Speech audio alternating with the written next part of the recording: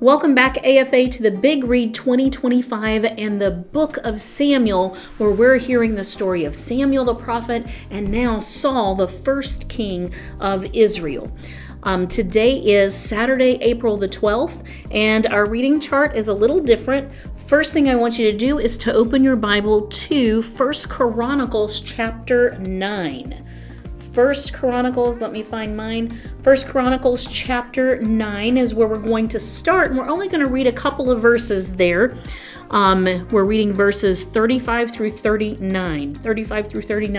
And this will be actually the ancestry of Saul, so it's going to give us the genealogy of his family specifically.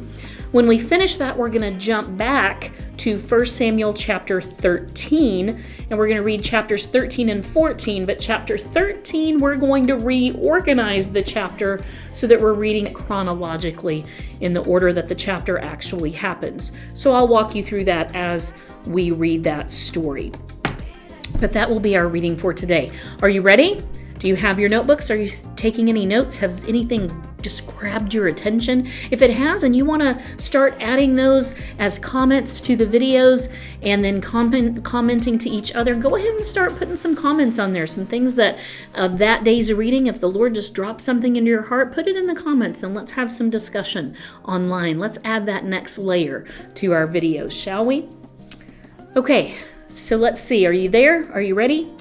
Let's read 1 Chronicles chapter 9, verses 35 through 39, the genealogy of King Saul. In Gibeon, Jael, the father of Gibeon, lived, and his wife's name was Maacah, and his firstborn was Abdon. Then Zur, Kish, Baal, Ner, Nadab, Gedor, Ahio, Zechariah, and Mikloth. Mikloth became the father of Shimeam, and they also lived with their relatives in Jerusalem opposite their other relatives. Ner became the father of Kish, and Kish became the father of Saul, and Saul became the father of Jonathan, Malchishua, Abinadab, and Eshbal. And that is the genealogy. Now let's turn back to 1 Samuel chapter 13, and we're going to read about King Saul some more, but that genealogy is going to come into play as we read through the story because you'll hear some of those names again, some of his sons and some of his relatives. So we're going to jump right back to 1 Samuel chapter 13, and we're going to reorganize the chapter according to our reading chart. If you have it, you can follow that. We're going to start by reading verses 1 through 5. Then we're going to jump down to verses 19 through 23 to get the organization, and then back in the story to the action of the story, verses 6 through 18. Then we'll go to chapter 14 and read it straight through as written. Are you ready? Here we go. 1 Samuel chapter 13, verses 1 through 5. Saul was 30 years old when he began to reign, and he reigned 42 years over Israel. Now Saul chose for himself 3,000 men of Israel, of which 2,000 were with Saul in Michmash and in the hill country of Bethel, while 1,000 were with Jonathan at Gibeah of Benjamin. But he sent away the rest of the people, each to his tent. Jonathan smote the garrison of the Philistines that was in Gibeah, and the Philistines heard of it. Then Saul blew the trumpet throughout the land, saying, "Let the Hebrews hear." All Israel heard the news that Saul had smitten the garrison of the Philistines, and also that Israel had become odious to the Philistines. The people were then summoned to Saul at Gilgal. Now the Philistines assembled to fight with Israel, 30,000 chariots and 6,000 horsemen, and people like the sand which is on the seashore in abundance. And they came up and camped in Michmash, east of Bethaven. Now drop down to verse 19. Now no blacksmith could be found in all the land of Israel, for the Philistines said, "Otherwise the Hebrews will make swords or spears." So all Israel went down to the Philistines, each to sharpen his plowshare, his mattock, his axe, and his hoe.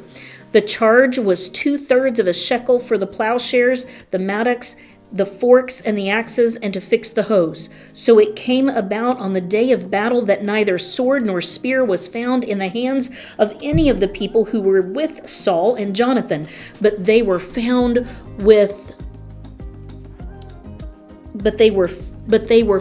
Saul and his son Jonathan. And the garrison of the Philistines went out to the pass at Michmash. Back to verse 6.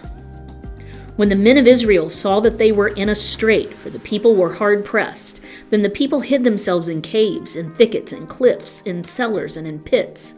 Also some of the Hebrews crossed the Jordan into the land of Gad and Gilead. But as for Saul, he was still in Gilgal, and all the people followed him trembling. Now he waited 7 days according to the appointed time set by Samuel. But Samuel did not come to Gilgal, and the people were scattering from him.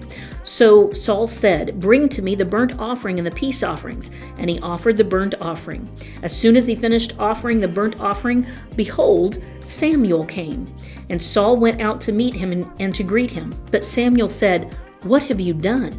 And Saul said, "Because I saw that the people were scattering from me, and that you did not come within the appointed days, and that the Philistines were assembling at Michmash.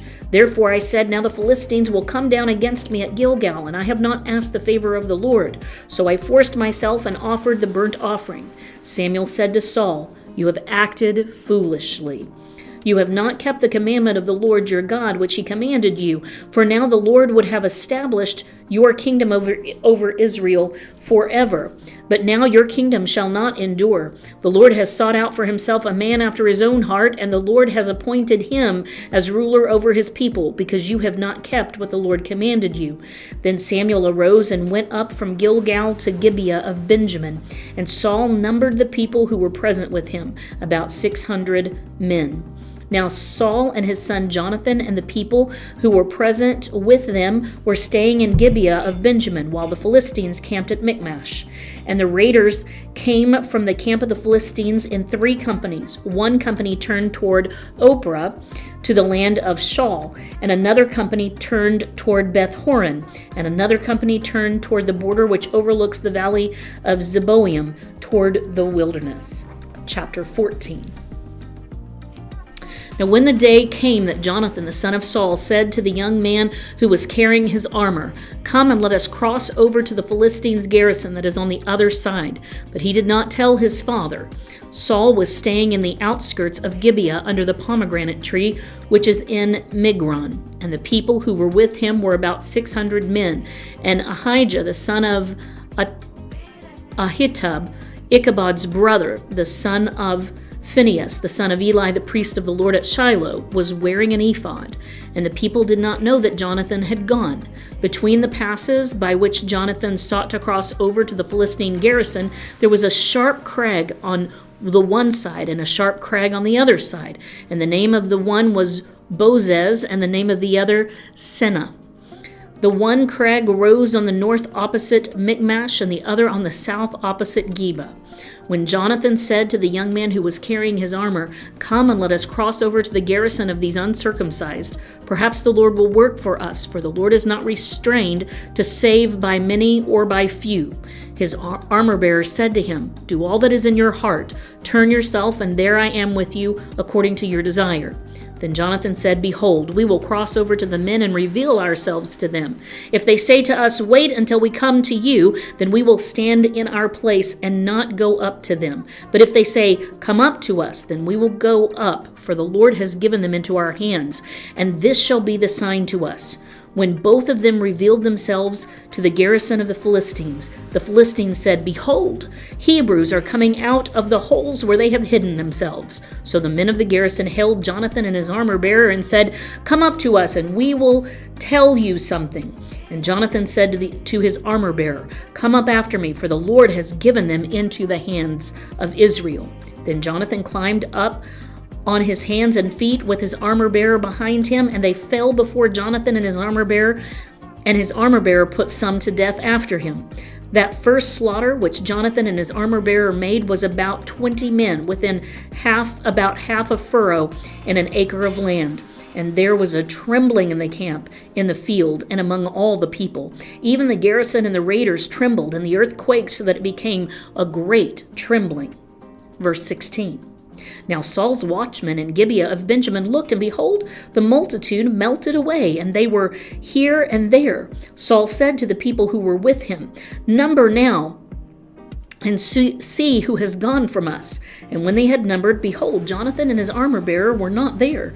Then Saul said to Ahijah, "Bring the ark of God here." For the ark of God was at that time with the sons of Israel. While Saul talked to the priest, the commotion in the camp of the Philistines continued to increased. So Saul said to the priest, "Withdraw your hand." Then Saul and all the people who were with him rallied and came to the battle, and behold, every man's sword was against his fellow, and there was a very great confusion. Now the Hebrews who were with the Philistines previously, who went up with them all around the camp, even they also turned to be with the Israelites who were with Saul and Jonathan. When all the men of Israel who had hidden themselves in the hill country of Ephraim heard that the Philistines had fled, even they also pursued them closely in the battle. So the Lord delivered Israel that day, and the battle spread beyond Beth-haven. Verse 24. Now the men of Israel were hard pressed on that day, for Saul had put the people under oath, saying, "Cursed be the man who eats food before evening, and until I have avenged myself on my enemies." So none of the people tasted food. All the people of the land entered the forest, and there was honey on the ground. When the people entered the forest, behold, there was a flow of honey, but no man put his hand to his mouth, for the people feared the oath. But Jonathan had not heard when his father put the people under the oath. Therefore he put out the end of the staff that was in his hand and dipped it in the honeycomb and put his hand to his mouth, and his eyes brightened. Then one of the people said, "Your father strictly put the people under oath, saying, 'Cursed be the man who eats food today.'" And the people were weary. Then Jonathan said, "My father has troubled this land. See now how my eyes have brightened because I have tasted a little of this honey. How much more if only the people had eaten freely today of the spoil of their enemies, which they had found. For now the slaughter among the Philistines has not been great." Verse 31. They struck among the Philistines that day from Michmash to Aijalon, and the people were very weary. The people rushed greedily upon the spoil, and took sheep and oxen and calves and slew them on the ground, and the people ate them with the blood. Then they told Saul, saying, "Behold, the people are sinning against the Lord by eating the blood." And he said, "You have acted treacherously. Roll a great stone to me today." Saul said, "Disperse yourselves among the people and say to them, each one of you bring me his ox or his sheep and slaughter it here and eat. And do not sin against the Lord by eating with the blood." So the people that night brought each one his ox with him and slaughtered it there. And Saul built an altar to the Lord. It was the first altar that he had built to the Lord. Then Saul said, Let us go down after the Philistines by night and take spoil among them until the morning light, and let us not leave a man of them. And they said, "Do whatever seems good to you." So the priest said, "Let us draw near to God here." Saul inquired of God, "Shall I go down after the Philistines? Will you give them into the hand of Israel?" But he did not answer him on that day. Saul said, Draw near here, all you chiefs of the people, and investigate and see how this sin has happened today. For as the Lord lives, who delivers Israel, though it is in Jonathan my son, he shall surely die. But not one of the people answered him. Then he said to all Israel, "You shall be on one side, and I and Jonathan my son will be on the other side." And the people said to Saul, "Do what seems good to you." Therefore Saul said to the Lord, the God of Israel, "Give a perfect lot." And Jonathan and Saul were taken, but the people escaped. Saul said, "Cast lots between me and Jonathan my son," and Jonathan was taken. Then Saul said to Jonathan, "Tell me what you have done." So Jonathan told him and said, "I indeed tasted a little honey with the end of my staff that was in my hand. Here I am, I must die." Saul said, "May God do this to me and more also, for you shall surely die, Jonathan." But the people said to Saul, "Must Jonathan die, who has brought about this great deliverance in Israel?